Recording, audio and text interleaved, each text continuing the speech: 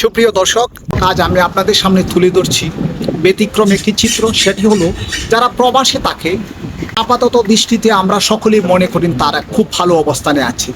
আসলে বিষয়টি তা না। প্রবাসী থেকে যে অনেকেই কত কষ্ট করে অনেকেই সুখে আছে, এটা সত্য।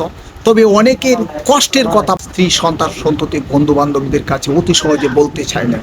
এমনই একটি চিত্র তিনি তুলে ধরেছেন বাস্তবতার নিরিখে। প্রবাস জীবনে তিনি কতটা কষ্ট করেছেন এবং কিভাবে তিনি প্রবাস জীবন অতিবাহিত করেছেন, কখন তিনি নিজেকে সুখী মনে করেন। প্রবাসীদের জীবনের সফলতা এবং ব্যর্থতার গল্প তুলে ধরছি। এরই মধ্যে এই মুহূর্তে আমি যার সাথে কথা বলছি, আপনার নামটা কি? আমার নাম মোহাম্মদ বশির মিয়া, বাড়ি সাদিরচর, ইউনিয়ন গাজীরচর, থানা বাজিতপুর, জেলা কিশোরগঞ্জ। আপনি কোন দেশে ছিলেন? আমি ভাই ছিলাম সৌদি আরব। কত বছর ছিলেন? ছিলাম প্রায় 4 বছরের মতো। তারপর কি ঘটলো আপনার জীবনে? ভাই আমি গেছিলাম, আমার যে তালারা পাঠাইছিল আপনার, সে তালা আমার খুবই ধরাতে পারিনি, কাজ পাইনি গেছে। যাওয়ার পর থেকে অবৈধ এই কিছুদিন এখানে কিছুদিন এখানে থাকতে থাকতে ভাই রাত্রে টাকায় বুঝেন ভাই কোনো রকমে ভাই যান বাঁচায় আসছে। আপনার লাস্টে আপনার এক বাঙালি একটা কাজ দিয়েছিল, বাড়ি ছিল আপনার মমি সিং, তার সাথে থেকে মোটামুটি কিছু টাকা কামাইছিলাম ভাই। কামানোর পরে ভাই মোটামুটি ছেলে বাচ্চা মেয়েদের একটু আসি পড়াতে পারছিলাম ভাই। হঠাৎ করে আসলাম যে তাইবে, এখানে আসার পর আপনার পরিচয় বলছে ভাই। আসার পরে ভাই আমার স্বপ্ন পুরো ভাই মৃত্যু হয়ে গেছে ভাই। কেমন? ভাই কেমন মৃত্যু হয়ে গেছে ভাই। আশা ছিল ভাই কিছুদিন থাকবো, কিছু টাকা পয়সা কামাবো, নিজে একটু সুন্দর হবো, ছেলে মেয়েরে ভালো জায়গা থেকে পড়াবো, এটাও হলো না ভাই। তারপরে ভাই পুলিশে ধরে পড়ার পরে আপনার কিছুদিন জেল কাটলাম। জেলের মাঝে ভাই অনেক কষ্ট ভাই। সারাদিনে ভাই একবেলা খাওয়ান দেয় আপনার। কেন জেল কাটতে হলো আপনাকে? ওই যে আমি অবৈধ অবৈধ হওয়ার পরে অবৈধ হয়ে গেছে সেই জন্য। অবৈধ হয়ে গেছিলেন? আমি মালিক পাইনি, কপিল পাইনি সেই জন্য। ও, আপনি মালিক, এবং ওই মালিক অর্থাৎ এই দেশের ভাষায় যাকে বলে কফিল পাননি। কপিল পাইনি। কফিল না পাওয়ার কারণে আপনি অবৈধ হয়েছিলেন। জি। এরপর কি ঘটলো আপনার জীবনে? এরকম পরে ভাই আর কি ভাই, কিছুদিন জেলে থাকলাম। জেল কাটার কতদিন জেল কেটেছিলেন? প্রায় টানা ছিলাম আপনার 3-4 দিন, জেলে ছিলাম 4 দিন, এক সপ্তাহ 8 দিন ছিলাম। টোটাল ছিলাম 8 দিন, 8 দিনের মতো। 8 দিন ছিলেন জেলখানায়? 8 দিনে মনে হয়েছে ভাই আমার একটা দিন একটা বছরের মতো ভাই। অনেক কষ্ট জেলের মাঝে, ঠিক আছে ভাই। আপনি দেখা যায় একবেলা খায় মানে কোনো রকম একটা রুটি আর একটু ডাল ডাল মানে তো মুখেই দেওয়া যায় না আপনার, এই অবস্থা। এরপর আপনার এসির বাতাসে তো জুড়ে সরে ভাই, মানে ঠান্ডা মানুষ মরে যাওয়ার অবস্থা ভাই। আচ্ছা, আপনি ওইখানে জেলে যে কষ্ট করলেন, কিন্তু তখন কি আত্মীয় স্বজনের সাথে যোগাযোগ করতে পারেন? কারোর সাথে কোনো যোগাযোগ রাস্তা নেই, কোনো সুযোগ ছিল না। কিন্তু আপনি যে জেলখানায় আছেন তা কি বাড়িতে জেনেছিল? পরে জেনেছে, পরে যখন যে লোকের প্রাইভেট ছিল তাদের মধ্যে জানতে পারছি। আপনার বাস্তব আমার কিছু করতে পারেন? কিছু করতে পারিনি। আর্থিক অবস্থা আপনার কেমন? আর্থিক অবস্থা ভাই আমার ভাই কোনো কিছুই নেই। সামান্য কোথাও জায়গা ছিল ভাই, এটা বন্ধ লেগে ভাই এটা বিক্রি করে গেছিলাম ভাই সৌদি আরব ভাই। না পারলাম ভাই ছেলে মেয়েদের আশা পূর্ণ করতাম, না পারলাম ভাই নিজের আশা পূর্ণ করতাম। ব্যর্থ জীবন নিয়ে ভাই আবার সৌদি আরব থেকে বাংলাদেশে ফিরে এলাম। তারপরে আর টাকা টোকা পাননি? না ভাই কোনো টাকাটা পাইনি। দালালের পিছু নেননি? দালালের পিছু ভাই, দালাল বলছে ঠিক আছে, দালাল মানে পরে সম্পূর্ণ আমার দিচ্ছে, ঠিক আছে। প্রথমে আসলে তুমি কম করে ছাড়া দিলে কেন, অপচয় গেলে কেন, আমার তো সে সাপ্লাই ব্র্যান্ডে বিক্রি করছে। এক কথায় তারা নিজেদের দোষ মানে নিজেদের খাদে নিতে চায় না। চাই না, আপনাকে সাপ্লাই ভিসা দিলেও তারা আর স্বীকার করে না, করে না। আর আপনার জীবন ধ্বংস করেও তারা অধরাই রয়ে গেল। তা আপনি এখন কি করেন? এখন বর্তমানে ভাই একটা অটো চালাইতেছি ভাই, দেখি আবার একটা চেষ্টা করতেছি আল্লাহ আবার কোন দিকে যাওয়ার, যা আল্লাহ নেওয়া দেখি নিজের স্বপ্নটা কিছু একটা পূর্ণ করতে পারি এবং ছেলে মেয়ের ভালো জায়গা লাগবো, ভালোভাবে মানুষ করতে পারি, এই একটা আশা আছে রে ভাই। তার মানে আপনি আবারও স্বপ্ন দেখছেন বিদেশিরই? বিদেশে, জি ভাই। কিন্তু আপনি কি বর্তমানে সরাসরি অ্যাম্বাসিতে ট্রাভেলসে যোগাযোগ করেছেন নাকি দালালির পিছনে না ঘুরছেন? ভাই খাওয়ার কিছু গড়ি নেই, ঠিক আছে, এবং খাওয়ার মানে পাইতেছি না, ঠিক আছে। একবার তো ভাই ধরা কাটছি, মাইকে কাটছি, ঠিক আছে, টাকা পয়সা নষ্ট করছি ভাই, কষ্ট করছি। আমার চিন্তা করতেছি ভাই একজন ভালো মানুষ যদি পাইতাম ভাই, তার মাধ্যমে চেষ্টা করলাম আমার ভাই যাওয়ার মতো। কিন্তু ভালো মানুষের সন্ধান কি আপনার আদৌ মিলবে বা মিলেছে?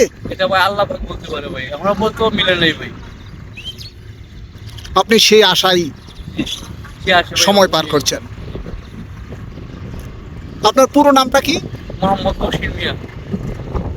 পিতার নাম? মোহাম্মদ ইউসুফ মিয়া। পিতা জীবিত আছেন না মৃত? পিতা মৃত, আমার পিতা মাতা দুজন মৃত। সংসারে কে কে আছে আপনার, ছেলে মেয়ে? আমার ছেলে, আমার 3 মেয়ে ভাই। বড় মেয়ের বয়স 8 বছর, মাঝ মেয়ের বয়স 5 বছর, আর একজন ছোট মেয়ের বয়স হলো 6 মাস। বুক ভরা স্বপ্ন নিয়ে বিদেশে গিয়েছিলেন, সহায় সম্বল সব বিক্রি করে, কিন্তু সেই স্বপ্ন পূরণ হলো না।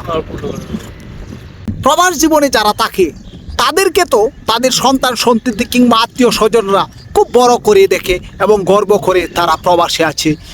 সন্তান হলে বলে যে আমার বাবা বিদেশে আছে, এই পরিচয় দেন, কিংবা আত্মীয়রা অন্যান্যরা বলে যে আমার ভাই স্বজনরা একই কথা বলে যে বাহিরে আছে, এরা তো গর্ববোধ করে। আসলে বাহিরে কেমন জীবনযাপন করেন এবং কিভাবে আপনাদের সময় কাটে? ভাই বাহিরে আপনার প্রবাসী যারা থাকে শতকরা আপনার 20 ভাগ লোক একটু ভালো পর্যায়ে আছে, আর 80 ভাগ লোকের যেভাবে থাকে ঠিক আছে ভাই, তাদের জীবন যারা প্রবাসী আছে তারাই বলতে পারে। আর দেশের মধ্যে তো একটু ঠিক আছে, তারা প্রবাসী কিভাবে টাকা পরিশ্রম করে ঠিক আছে, কত কষ্টে আছে ভাই, তাহলে তাদের ছেলে মেয়েরা সময় তাদের প্রবাসীরা টাকা দিয়ে বিলাসিতা করতে হবে, বড় স্যালারি করতে হবে ঠিক আছে। আর প্রবাসীদের একটা টাকা একটা রক্তপুরের মতো, একটা টাকা মনে হয় একটা রক্তপুরা, মানে বলার কোনো ভাষা নেই ভাই। প্রবাসীর জীবন কত কষ্টের জীবন, আর কত কষ্ট করে প্রবাসীরা টাকা দেয় দেশে, এটা একবার একটা প্রবাসী জানে, আর একজন প্রবাসী যার তার পাশে থাকে সেই বুঝে, আর বোঝার মতো কোনো ভাষা। তার মানে আপনি বলতেছেন যে একজন প্রবাসীর কষ্ট শুধু আরেকজন প্রবাসী বুঝে, যে কাছে থাকে, অন্যরা বোঝা খুব কঠিন বিষয়। কারণ এই কারণে যে প্রবাসী সন্তান সন্ততি যখন দেদারসে টাকা খরচ করেন কিংবা বিলাসিতা করেন, এই দৃশ্য দেখলে আপনার খারাপ লাগে, অবশ্যই কারো লাগে, কারণ তাদের টাকাটা প্রপার ইউজ হোক এটা আপনি চান। কারণ একটা প্রবাসীর টাকা কত পরিশ্রম করে যে শুনেন, প্রবাসীর টাকা কত কষ্টের টাকা ঠিক আছে, যদি তার মা তার ফ্যামিলি কেউ যদি দেখতো কত পরিশ্রম করে টাকাটা খাবার করে দেশে পাঠাইতেছে ঠিক আছে, তাহলে সেই টাকাগুলা জীবন আপনি বেড়ালে খরচ করতো না। তবে সেই তুলনায় কোন দেশে বিশেষ করে এই কষ্টের পরিমাণটা বেশি? ভাই কষ্ট বর্তমান সৌদি আরব, কাতার, দুবাই সব দেশেই আছে। মানে বলা চলে আপনার মধ্যপ্রাচ্যে এই কষ্টের পরিমাণটা বেশি। এই যে আমরা এত কষ্ট করে যাই ভাই, দালাল চক্র করে বিদেশ যাওয়ার পরে ভাই সুখ কি জিনিস, সুখ আসা যায় ভাই, সুখ কি জিনিস চোখে দেখি না ভাই। আচ্ছা, প্রবাসীর জীবনের আপনি দুঃখের কথা বললেন, প্রবাসীর জীবনে সুখের কথা একটু বলেন। কোন সময় আপনারা সুখী মনে করেন নিজেকে? প্রবাসের জীবন তারপর সুখে যখন আপনার একটা প্রবাসী বিদেশে ভালো একটা কাজ পাই, ভালো একটা বেতন পাই, হয়তো মাস শেষ করে আপনি যখন বেতন দেওয়া আসে, যখন তার ছেলে মেয়ের কাছে টাকাটা পাঠাতে পারি, তখনই তার মনের মধ্যে একটা আনন্দ, একটা সুখ। এই সময় একটা সুখের মানে মনের মধ্যে অনেকটা সুখ আর কি, এর চেয়ে সুখ আর কোনো কিছু নেই। আর যখন টাকা না পাইতে তার মতো কষ্ট যে প্রবাসী থাকে সেই বুঝে। আপনি বলতে চেয়েছেন প্রবাসী জীবনে সুখ তখনই যখন কাজের বিনিময়ে আপনি টাকাটা বাড়িতে পাঠাতে পারেন, তখনই আপনি নিজেকে সুখী মনে করেন।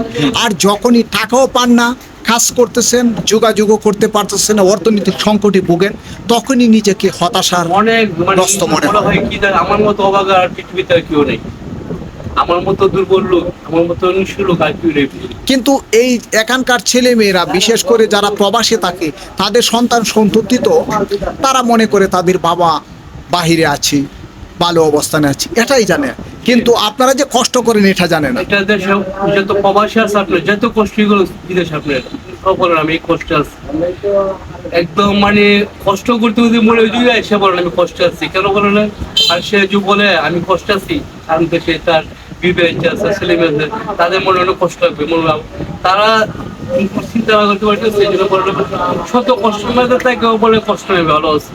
তো আপনি এই কথাই বলতে চেয়েছেন শত কষ্টে থাকলেও স্ত্রী সন্তান সন্ততি যাতে কষ্ট পাবে বলে তারা বলে না, কষ্টে আছে তারা সুখের কথাই বলে। আমার আর শুধু আমি না বলে আমার মতো শত শত প্রবাসী আছে ঠিক আছে, তারা সেই করতে বলে না খাই থাকলে বলে না ভাই খাইছি ভাই।